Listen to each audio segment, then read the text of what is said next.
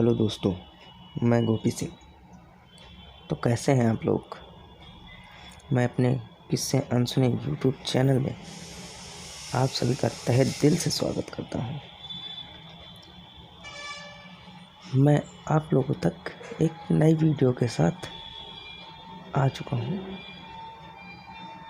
तो मैंने इस वीडियो में ये बताया है कि जितना वक्त हो सके आप अपने माता पिता, अपने पेरेंट्स को ज़रूर दें।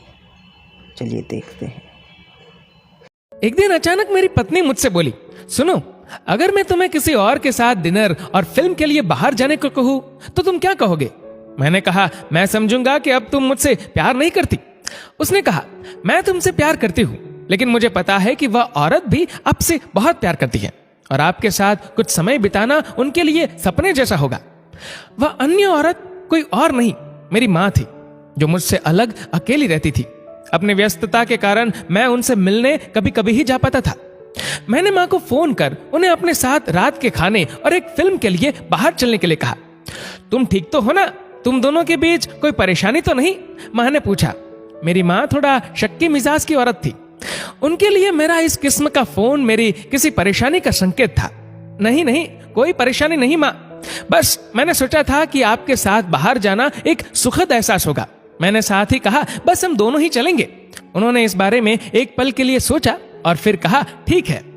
शुक्रवार की शाम को जब मैं उनके घर पहुंचा तो मैंने देखा वह भी दरवाजे पर इंतजार कर रही थी। वो एक सुंदर पोशाक पहने हुई थी और उनका चेहरा एक अलग से खुशी से चमक रहा था। कार में माँ ने कहा, मैंने अपनी सहेलियों को बताया कि मैं अपने बेटे के साथ बाहर खाना खाने के लिए जा रही हूँ। वे काफी प्रभावित थी। हम लोग माँ की पसंद वाले एक रेस्टोरेंट पहुंचे, जो बहुत शानदार तो नहीं मगर अच्छा और आरामदायक था। हम बैठ गए और मैं मेनू देखने लगा। मेनू पढ़ते हुए मैंने आंख उठाकर देखा तो पाया कि माँ मुझे ही देख रही थी और एक उदास सी मुस्कान उनके होठों पर थी। जब तुम छोटे थे तो ये मेनू मैं तुम्हारे लिए पढ़ती थी। उन्होंने कहा, माँ, इस समय मैं इसे आपके लिए पढ़ना चाहता हूँ। मैंने जवाब दिया। खाने के दौरान हम में एक दूसरे के जीवन में घटी हाल ही की घटनाओं पर चर्चा होने लगी। हम बातों में इतना खो गए कि पिक्चर का समय कब निकल गया हमें पता ही नहीं चला। बाद में वापस घर लौटते समय माँ ने कहा कि अगर अगली बार मैं उन्हें बिल का पेमेंट करने दूं तो वो मेरे साथ दोबारा डिनर के लिए आना चाहेंगी। मैंने कहा, माँ, जब आप चाहो। और बिल पेमेंट कौन करता है इससे क्या फर्क पड़ता है? माँ ने कहा कि फर्क पड़ता है और अगली बार बिल वो ही पे करेंगी। घर पहुंचने पर पत्नी ने पूछा, कैसा रहा सब? बहुत बढ़िया, जैसा सोचा था उससे कहीं ज्यादा बढ़िया, मैंने जवाब दिया। इस घटना के कुछ दिनों बाद मेरी माँ का दिल का दौरा पड़ने से निधन हो गया। ये इतना अचानक हुआ कि मैं उनके लिए कुछ नहीं कर पाया।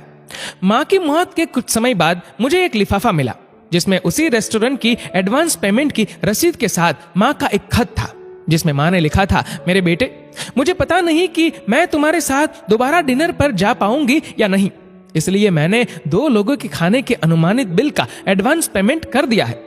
अगर मैं नहीं जा पाऊं तो तुम अपनी पत्नी के साथ भोजन करने जरूर जाना। उस रात तुमने कहा था ना कि क्या फर्क पड़ता है?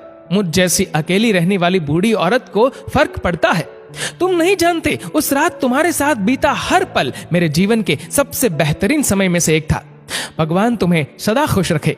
लव यू मेरे बेटे, तुम्हारी माँ। उस पल मुझे अपनों को समय देने और उनके प्यार को महसूस करने का महत्व मालूम हुआ।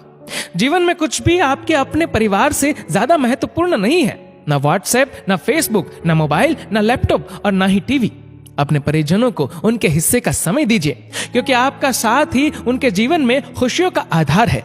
इस मैसेज को उन सब लोगों के साथ शेयर कीजिए जिनके बूढ़े माता पिता हो, जिनके छोटे बच्चे हो और जिनको प्यार करने वाला और उनका इंतजार करने वाला कोई हो, क्योंकि धन तो आता जाता रहता है मगर अपने चले जाए तो लौट के नहीं आते।